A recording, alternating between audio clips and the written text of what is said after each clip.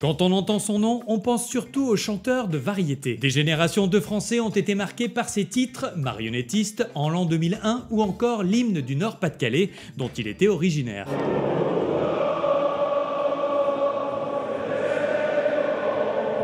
Et pourtant, Pierre Bachelet...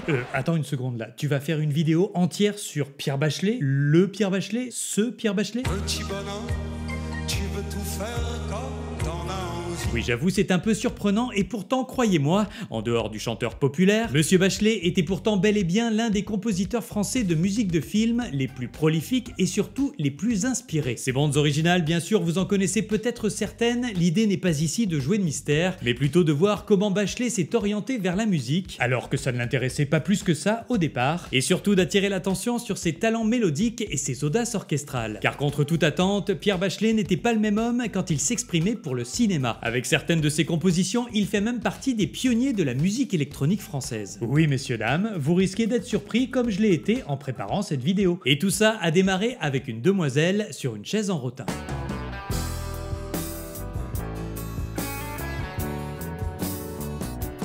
Alors comment Pierre Bachelet en est venu à travailler comme compositeur sur le film français le plus sulfureux des années 70? Eh bien à dire vrai, un petit peu, voire carrément par hasard. Par hasard, oui. Ouais. Car plus jeune, il ne veut pas faire carrière dans la musique. Et même s'il a monté un groupe avec quelques potes, il ne s'imagine pas du tout en faire son métier. Lui, ce qu'il veut, c'est être cinéaste. Diplômé de l'école de cinéma Louis Lumière à Paris, où il rencontre d'ailleurs d'autres réalisateurs en herbe, dont un avec qui il se liera d'amitié et dont on reparlera plus tard. Pierre Bachelet part en 1966 au Brésil pour réaliser un documentaire qui sortira quand même dans une douzaine de pays, mais pas en France. Bon, puis il revient à Paris et là, c'est un peu la galère. Disons que la grande famille du cinéma ne l'accueille pas avec beaucoup d'enthousiasme, alors il se tourne vers la télévision. J'ai eu la chance de rencontrer des gens qui avaient besoin d'assistants et dans la bande sonore, etc. Il est d'abord engagé comme assistant, puis on le nomme illustrateur sonore pour une célèbre émission des années 60, Dim Dam Dom.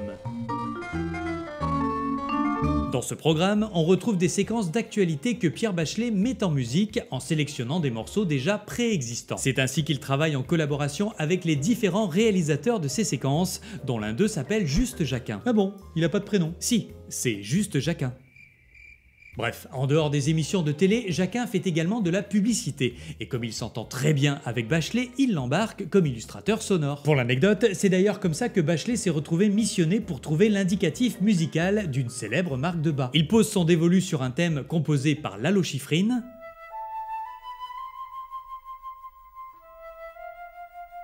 et après quelques arrangements et réorchestrations, il obtient un jingle culte.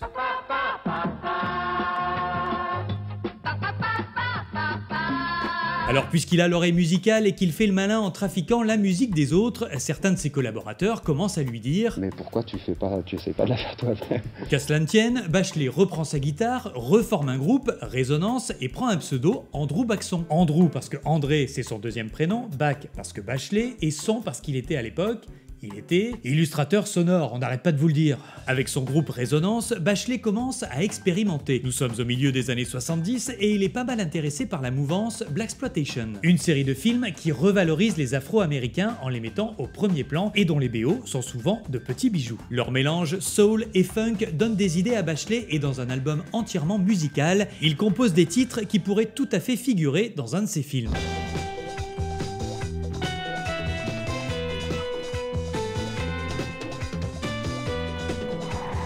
Au même moment, Juste Jacquin se voit proposer l'adaptation d'un roman sulfureux écrit par Emmanuel Arsan. Ce sera son premier long métrage et même si c'est un film érotique, l'occasion de faire du cinéma est à ne pas rater. Si des gens vont au cinéma voir des films érotiques, c'est qu'il y a un besoin. Et à qui Jacquin demande-t-il de venir composer la musique? À Serge Gainsbourg, bien sûr. Attends, Gainsbourg? Et oui, Serge Gainsbourg, qui refuse d'ailleurs. Pourquoi? Apparemment parce qu'il vient de rompre la collaboration avec son arrangeur, Jean-Claude Vannier, qui se chargeait du travail d'orchestration. Gainsbourg, lui, y compose, il orchestre pas. Alors Jacquin se tourne cette fois vers son pote Bachelet, qui accepte bien volontiers, même si le budget alloué est presque ridicule. Peut-être pour ça en fait que Gainsbourg a refusé. 15 000 francs, environ 18 000 euros, c'est en effet assez peu pour boucler toute une BO. Naïvement, Bachelet exige le double à la production, qui accepte à condition qu'il se dépêche. Il attrape donc sa guitare, propose quelques accords aussi simples et légers que l'héroïne du film.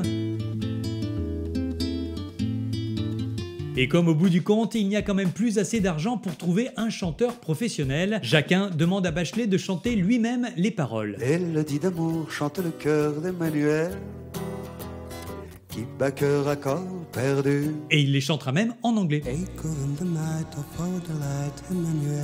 Cette chanson, bien sûr, tout le monde la connaît ou presque. Sensuelle et raffinée, elle donne une personnalité et une sensibilité à Emmanuel qui va bien au-delà de sa plastique. Ce morceau a certainement contribué à donner au film ce côté érotico-chic et a aussi aidé à son succès. La preuve, la BO et le 45 tours cumulent à eux deux 6 millions d'exemplaires vendus. Qui vit corps à cœur déçu.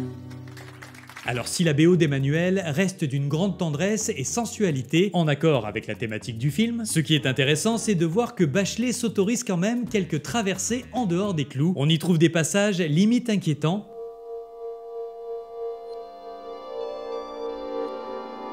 mais aussi des titres presque avant-gardistes à coups de rythmes tribaux et de percussions inversées.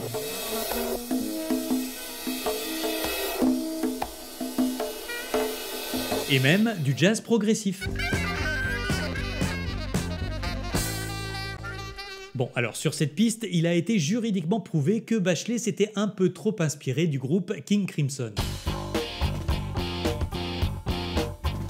Mais bon, ça vous donne une petite idée de ses goûts musicaux qui ne font pas vraiment dans la guimauve. D'ailleurs, on retrouve ses envies de rock psychédélique et de sons innovants sur les autres BO qu'il compose par la suite pour Jacquin. Dans Histoire d'eau, au détour de thèmes délicieusement suaves, on a ce titre sur lequel Bachelet s'est carrément lâché.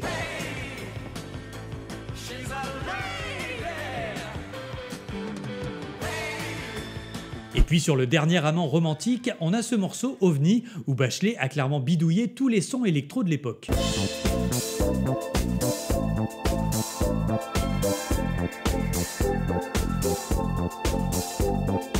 Alors bien sûr, après toutes ces BO se permettant quelques délires expérimentaux, il y a celle des bronzés fans du ski. Alors bon, Just Because of You c'est très fun, c'est très sympa et c'est surtout bien senti de la part de Bachelet qui saisit parfaitement la couleur du film.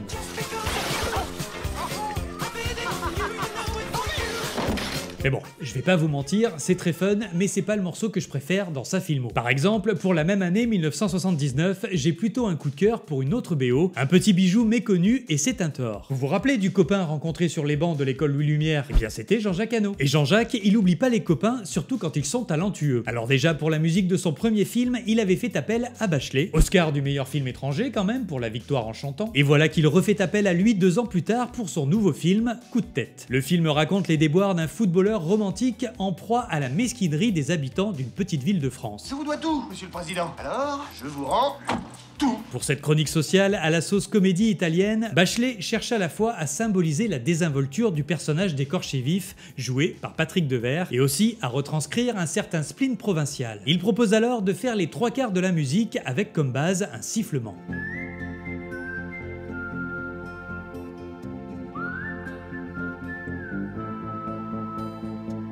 Pour l'anecdote, le siffleur professionnel embauché par la prod arrive tellement bourré le jour de l'enregistrement qu'encore une fois, c'est Bachelet qui doit s'y coller.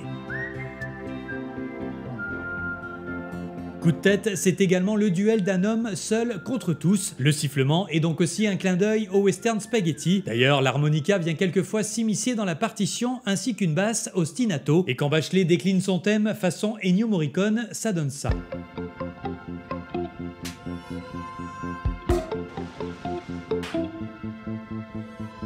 Et comme à chaque fois, Bachelet nous fait quelques sorties étonnantes, comme cette piste disco-funk qu'on ne s'attend pas tellement à trouver dans un film social français.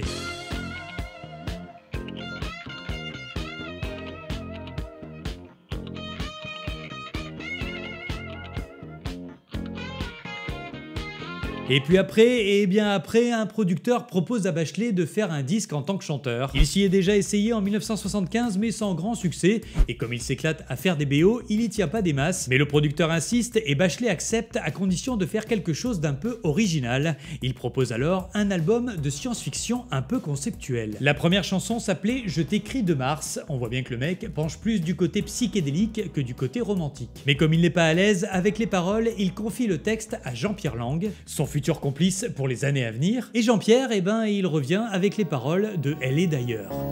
Pour moi c'est sûr, elle est d'ailleurs. Alors niveau science-fiction, on repassera, mais l'image du chanteur romantique à texte plaît à tout le monde. Alors Bachelet valide et se lance et cartonne. Pour moi, c'est sûr, elle est d'ailleurs.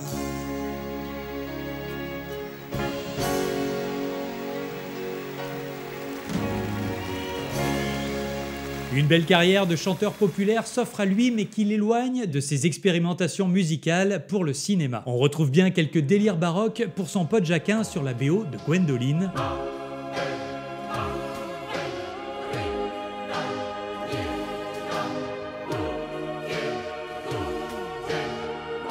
Mais les deux dernières BO qu'il fera pour Jean Becker, bien que très honnêtes, ne font pas preuve de beaucoup d'audace. Quand on commence, on fait ce qu'on a envie, dira Bachelet dans une interview donnée en 2001. Et après, plus on avance, plus ça devient difficile de varier. Aujourd'hui, on ne va pas m'appeler pour faire la BO de Doberman. C'est bien dommage, j'aurais adoré entendre ce qu'il en aurait fait. Moi, c'est pour ça que ce travail m'intéresse beaucoup, parce que je dis, on a deux patrons dans la musique de film, on a un scénario et un metteur en scène.